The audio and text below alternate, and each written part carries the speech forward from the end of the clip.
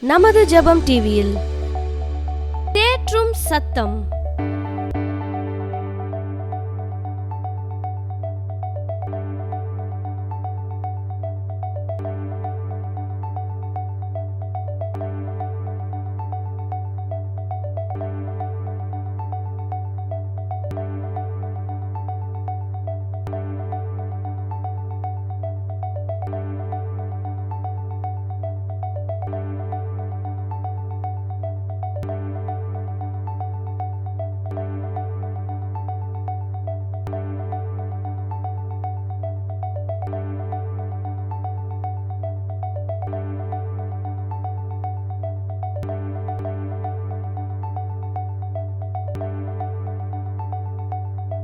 ACA Pural Ministries presents Voice of Comfort every day at 7:30 a.m. Don't miss it on Jebam TV.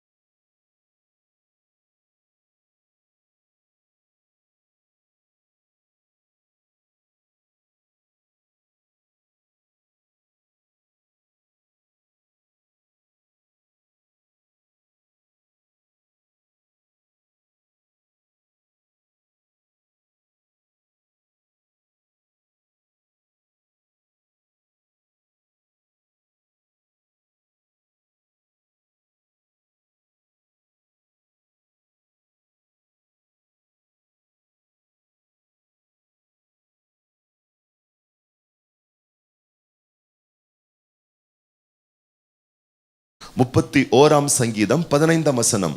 என் காலங்கள் உமது கரத்தில் இருக்கிறது, என் சத்துருக்களின் கைக்கும் என்னை துன்பப்படுத்துகிறவர்களின் கைக்கும் என்னை தப்புவியும். இங்க பாருங்க, அவர் சொல்றாரு என் ஃபியூச்சர், என்னுடைய காலங்கள். இன்னைக்கு எல்லாருடைய லைஃப்ல இருக்கக்கூடிய பெரிய பயம் என்ன தெரியுமா? வாலிப பசங்க கேட்டு பாருங்க, நல்ல வேலை கிடைக்குமா, நல்ல சம்பளம் கிடைக்குமா, இனி ஃபியூச்சர். பெண் பிள்ளைங்களுக்கு பாருங்க, நல்ல பையன் கிடைப்பானா, பையனுங்களுக்கு பாருங்க நல்ல பொண்ணு கிடைக்குமா, என் காலம் எப்படி இருக்கும், என் ஃபியூச்சர் எப்படி இருக்கும்ன்ற பல கேள்விகள் இன்னைக்கு அநேகருடைய லைஃப்ல.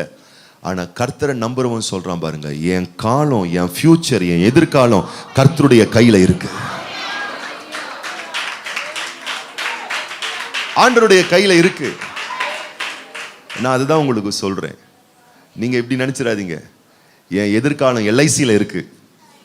இப்போ சொல்றாங்க எல்ஐசியை ஏமாத்திட்டு போயிட்டானா, கேள்விப்பட்டீங்களா? நியூஸ் எல்லாம் பக்கத்தில் பார்த்து சொல்லு. உன் ஃபியூச்சர் எல்ஐசி நீ நினைச்சுக்கிட்டு இருக்க, அந்த எல்ஐசிக்கே ஒரு தாப்பு வச்சுட்டு போயிட்டான் தெரியுமா? இல்லை, இங்க எதுவுமே ஆதாரங்கள் இல்லை. டிவி நியூஸை பார்த்தா இதையெல்லாம் கொலையெல்லாம் நடங்குது. துருக்கியில் பில்டிங்லாம் அப்படியே உள்ள போகுது, அப்படியே பூமி திறக்குது. வீடு அலங்கலங்காரமான வீடு, நம்ம வீடு, நாங்கள் வீடு. உலகத்தில் இருக்கக்கூடிய சூழ்நிலைகளை பார்க்கும் பொழுது எதுவுமே ஜீவ ஆதாரமாய் தெரியவில்லை. எல்லா சூழ்நிலைகளை உற்று பார்க்கும் பொழுது பயமாத்தான் இருக்கு. அதன் நடுவுல என்னால ஒருத்தரை மட்டும் தான் நம்ப முடியுது, அந்த கர்த்தாதி கர்த்தரை மட்டும் தான் நம்ப முடியுது. வேற எதையுமே என்னால நம்ப முடியல, ஆதாரமா கொள்ள முடியல. நான் சொல்றேன், இது நல்ல நம்பிக்கை. என்ன நம்பிக்கை? என் ஃபியூச்சர், என் எதிர்காலம் என் கர்த்தாதி கர்த்தருடைய கையில இருக்கு. பாருங்க, ஆண்டவருடைய கையில எதிர்காலம் இருந்தாலும் இன்னொரு கையை பத்தி அவர் பேசுறாரு. வசனத்தை கவனிச்சு பாருங்க. இன்னொரு கை என்ன கை? சத்துருவின் கை. அது சும்மாவே விடாது. பக்கத்துல பார்த்து சொல்லுங்க, உங்களை சும்மாவே விடாது. நீங்க என்னதான் ஆண்டவருடைய கைக்குள்ள நீங்க சேஃபா இருக்கிறதுக்கு நீங்க எவ்வளவு பிரயத்தனம் பண்ணாலும் சத்துரு கை சும்மாவே விடாது. எப்படியாச்சும் உங்களை டேமேஜ் பண்றதுக்கு 1000 பிளான் அந்த கை போட்டுக்கிட்டே தான் இருக்கும். எதிரியின் கை, விரோதியின் கை, எப்படி சொல்ற, துன்பப்படுத்துகிறவர்களின் கை, சத்துருக்களின் கை. உங்களை துன்பப்படுத்துறதே சில பேருடைய வேலை, உங்களை சங்கடப்படுத்துவதே சில பிசாசுகளின் வேலை, சில சூழ்நிலைகளின் வேலை. அந்த கை பாருங்க, எப்படியாச்சும் ஆண்டவர் கையில் இருக்கிற உங்களுடைய வாழ்க்கையை சேதப்படுத்த, பாதிக்க அது பார்த்து கொண்டே இருக்கிறது. அப்போ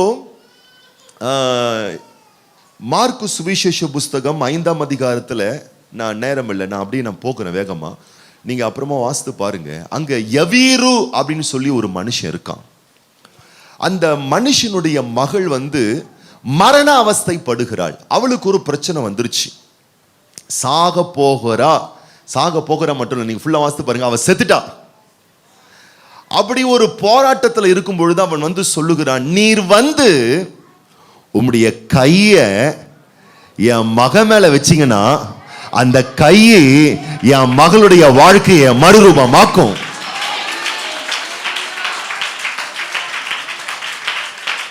இந்த யவீரு பாத்தீங்கன்னு சொன்னா அவன் பெரிய அந்தஸ்தில் இருக்கிறான், பெரிய பதவியில் இருக்கிறான், பெரிய சிறப்புகள்லாம் இருக்கு. இப்ப சூழ்நிலை அவனுக்கு சொல்லிடுச்சு, உன் பதவி உன் பிள்ளையை காப்பாத்தது, உன் படிப்பு உன் பிள்ளையை காப்பாத்தாது, உன் வசதி உன் போஸ்டிங் எதுவுமே காப்பாத்தாது. கடவுளுடைய கைகள் தான் காப்பாத்தும், கர்த்தருடைய கரம் தான் காப்பாத்தும். இப்ப கர்த்தருடைய கை வருது. நான் அதுதான் சொல்றேன், கர்த்தருடைய கையை ஆதாரமாய் வையுங்கள். உங்க லைஃப்ல எதையெல்லாம் நீங்க ஆதாரமாய் வைக்கிறீங்களோ அங்கதான் அசைக்கப்படுகிறோம்.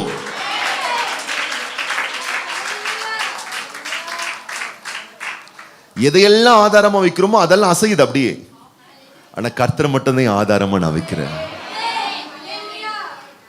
மரணமே ஆனாலும் இந்த கை காப்பாத்துங்க, அழிவே ஆனாலும் இந்த கை சுகம் கொடுக்குங்க. முடிவே ஆனாலும் இந்த கை உங்களை தூக்குங்க. அப்படிப்பட்ட கை, வாழ வைக்கும் கை, கர்த்தாதி கர்த்தருடைய கை.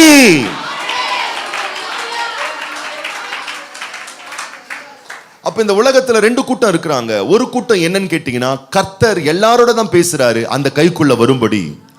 கோழி தன் குஞ்சுகளை தன் செட்டையின் கீழ் சேர்த்துக் கொள்வது போல, எருசலேமே எருசலேமே உன்னை சேர்த்துக் கொள்ள, என் சட்டையின் கீழ் என் கையின் கீழ் சேர்த்துக் கொள்ள நான் ஆசையா இருக்கிறேன். வா நம்ம பேசலாம், ஜெபிக்கலாம். என் பிரசனத்தினால நான் உன்னை நிரப்புறேன், இங்க வான்னு ஆண்டவர் கூப்பிட்டுக்கிட்டே தான் இருக்கிறாரு. ஆனா பாருங்க, வந்த கூட்டம் இவ்வளவுதான். ஒயின் ஷாப்ல போய் பாருங்க, தியேட்டர்ல போய் பாருங்க, மலைகள்ல போய் பாருங்க, ஆனா கொஞ்சம் கூட்டம் தான். ஆண்டவர் சொல்றாரு பாருங்க, இயேசு கிறிஸ்து சொல்றாரு பாருங்க, வாசிங்க பார்க்கலாம். யோவான் சுவிசேஷ புஸ்தகம் 10ஆம் அதிகாரம் 25ஆம் வசனம் 26ஆம் வசனம். அப்பொழுது யூதர் இயேசு அவர்களுக்கு பிரதியுத்தரமாக, அதை உங்களுக்கு சொன்னேன், நீங்கள் விசுவாசிக்கவில்லை. என் பிதாவின் நாமத்தினாலே நான் செய்கிற கிரியைகளே என்னை குறித்து சாட்சி கொடுக்கிறது. அவர் கூப்பிடுறாராம், அவர் சொல்றாராம், கேட்கிற மாதிரி இல்லையா? அடுத்த வசனம். ஆனாலும் நான் உங்களுக்கு சொன்னபடியே நீங்கள் என் மந்தையின் ஆடுகளாய் இராதபடியினால் விசுவாசியாமல் இருக்கிறீர்கள். கர்த்தர் பேசுறாராம், பா இந்த உலகத்துல எதுவுமே சதம் கிடையாது. ஒரு நாள் ஆட்டம் காண்றோம், ஒரு நாள் ஆட வச்சிரும். அதுக்கு முன்னாடியே நான் தான் ஆதாரம் என்று நீ வந்து பாருன்னு சொன்னாலும் சில கூட்டங்கள் நம்புகிறது இல்லையா, விசுவாசிக்கிறது இல்லையா, அவரை தேடுறது இல்லையா. ஆனா இப்ப நம்புற கூட்டத்தை பார்த்து அவர் சொல்றாரு, அடுத்தடுத்த வசனம் வாசிங்க. என் ஆடுகள், என்னை நம்புகிறவர்கள், என்னை பின்பற்றுகிறவர்கள், என்னை ஆராதிக்கிறவர்கள் என் ஆடுகள் என் சத்தத்திற்கு செவி கொடுக்கிறது, என் வார்த்தைக்கு செவி கொடுக்கிறது. நான் அவைகளை அறிந்திருக்கிறேன். பக்தி உள்ளவனை கர்த்தர் தமக்காக தெரிந்து கொண்டு அறிந்தது போல உங்களை அவர் அறிந்திருக்கிறார். அவைகள் எனக்கு பின் செல்லுகிறது. அவைகள் நான் சொல்றதை கேட்கும், என் பின்னாடியே வரும். நான் நித்திய ஜீவனை கொடுக்கிறேன். இப்ப சொல்றாரு பாருங்க, நித்திய ஜீவனை கொடுக்கிறேன். அவைகள் ஒரு காலம் கெட்டு போவதில்லை, அவர்கள் ஒரு நாளும் கெட்டு போவது இல்லை. ஒருவனும் அவைகளை என் கையில் இருந்து பறித்துக் கொள்வதும் இல்லை. அல்லேலூயா. சுகமாக்குகிற அந்த கை. இப்ப நமக்கு உணர்வு வரணும், என் ஃபியூச்சர் எல்ஐசில இல்ல, என் ஃபியூச்சர் என்னுடைய இன்வெஸ்ட்மெண்ட்ல இல்ல. நான் எத்தனை பேர் கேள்விப்படுறேன், இன்வெஸ்ட்மெண்ட் போட்டு ஏமாத்திட்டு போயிடுறானுங்க. லேண்டை வாங்கி வச்சிருக்கோங்க, அந்த லேண்டு நமக்கு சோர்ஸா இருக்குங்க. ஆச்சரியமா இருக்கு, அந்த லேண்டு டாக்குமெண்ட் பேரையே வேற பேர்ல மாத்திட்டு அதையே வித்துட்டு போயிடுறானுங்க. எல்லாம் கவுக்குற கூட்டமா இருக்கு, எல்லாம் ஏமாத்துற கூட்டமா இருக்கு.